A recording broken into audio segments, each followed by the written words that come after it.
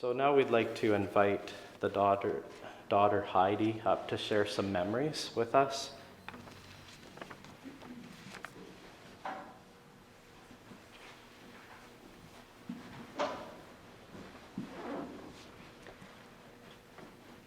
Thank you, Steve, and grateful for your presence here, and Dale.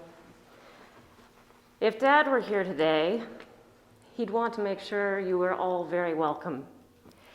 And so I'd like to thank you all for being here, and especially those I know are joining us online and can't be here, because many people have expressed that they'd love to be here if the world was in a different state of things.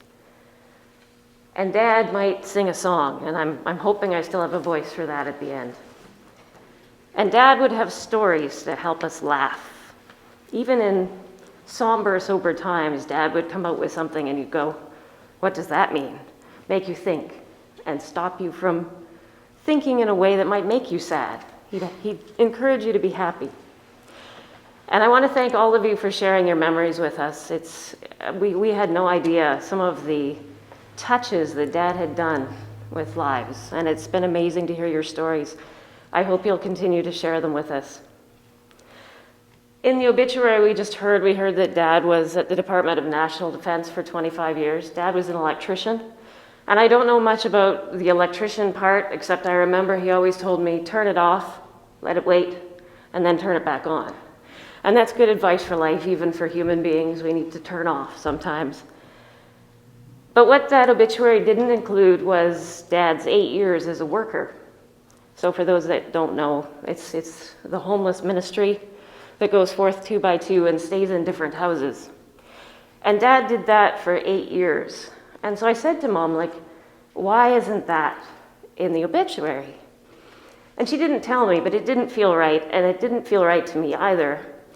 And I finally figured out why. It's because Dad didn't stop being a worker. It wasn't something he did for 8 years. It was who he was. So I think that's the best way I can explain my father, is he was still doing the work even in the hospital as he was passing. When Dad's dad died, Dad came to talk to me all night about Scripture, so it seems only fitting that I mention a few Scripture passages to you. And I have to say that I say this as Dad's biggest project. Dad did projects all his life, work projects, home projects, but I'm probably the project that required the most prayer, I suspect. I had a friend. I always felt strange as a kid because my father had been a worker. And one of my friends said to me, oh, it's okay, you're a PK. I said, what now? A PK, you're a preacher's kid. Oh, that helps. So one of the things I had to do as a preacher's kid was memorize Bible verses. And if any of you knew Dad when he was younger, he could sprout Bible verses by the half hour. So I thought, I'm gonna be better than this. I'm going to memorize Bible verses, but they're going to be short. They're easier to memorize. So I like Thessalonians. Thessalonians has nice little 3-letter verses, like pray without ceasing, which was Dad. Or my favorite, rejoice evermore, or be joyful always. And I think that was Dad. What we noticed when we went in to visit today is Dad's smile's not there.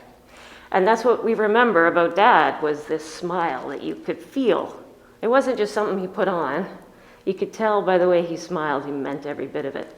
And the nurses mentioned that in the hospital as well, Dad's smile. Or Dad's laughter. Gatherings at Dad's house always included laughter. There was some story that had some crazy ending, and you couldn't help but laugh. And with Dad, there were always stories. I remember stories around the fire as a kid, listening to the City Mouse and the Country Mouse, and the learning that I remember from that, and asking Dad to read to me. And he always did.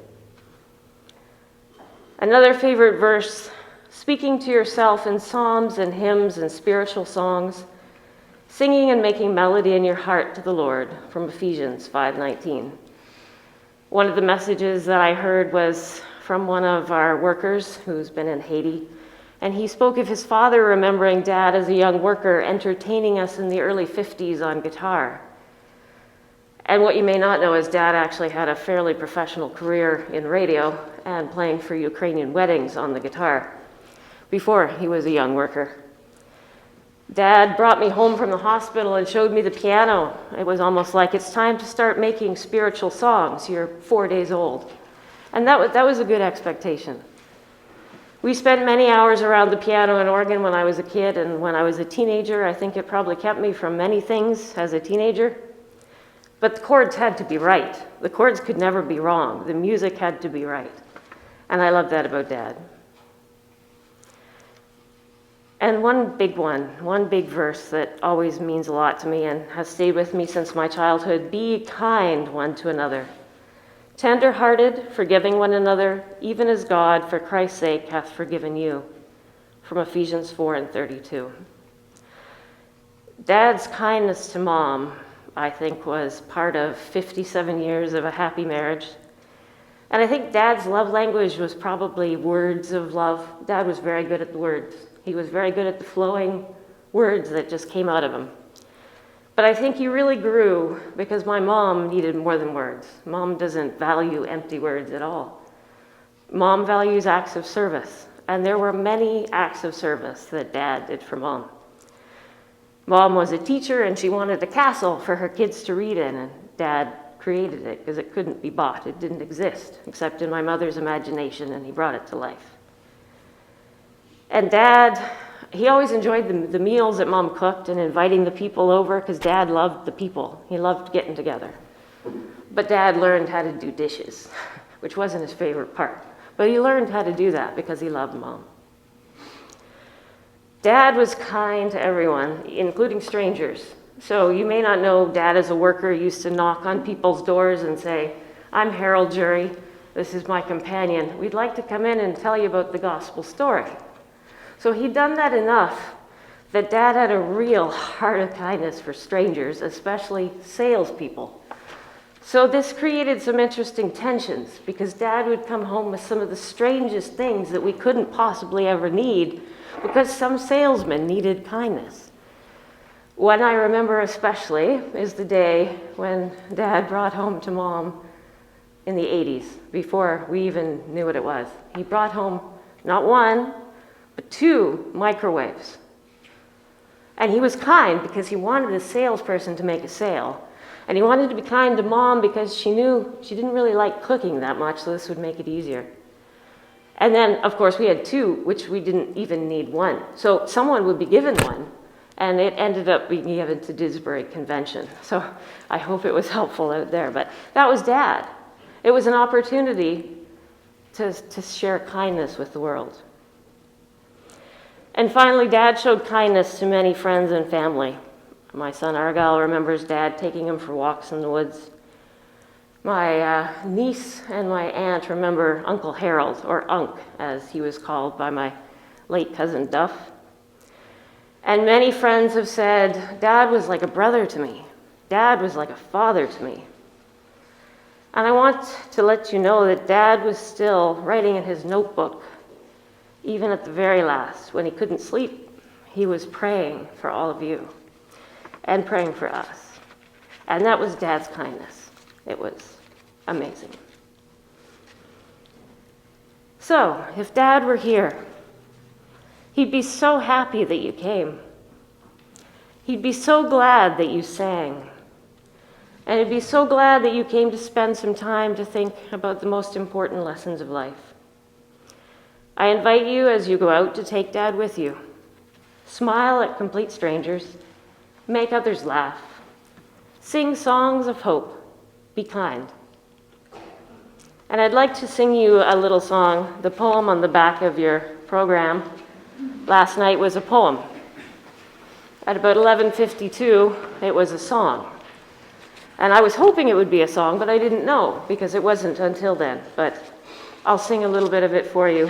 Thinking of Dad, everything he did, even at the last, saying to the nurses, "I'm sorry I'm a bother." And the nurses said, "No, Harold, you're no bother."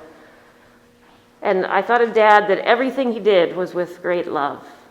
And if we could take that with us, that would be my hope for your life, is that you take love with you.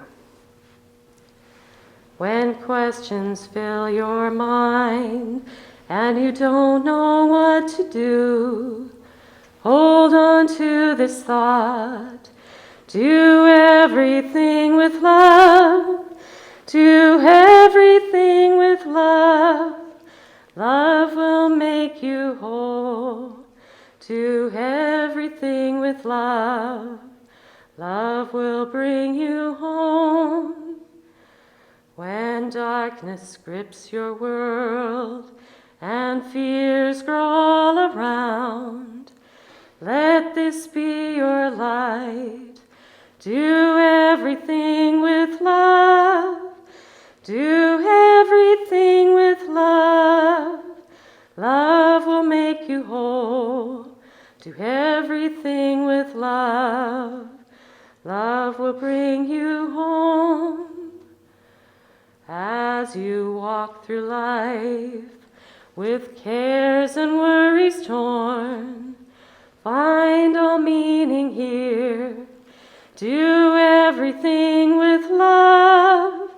Do everything with love. Love will make you whole. Do everything with love. Love will bring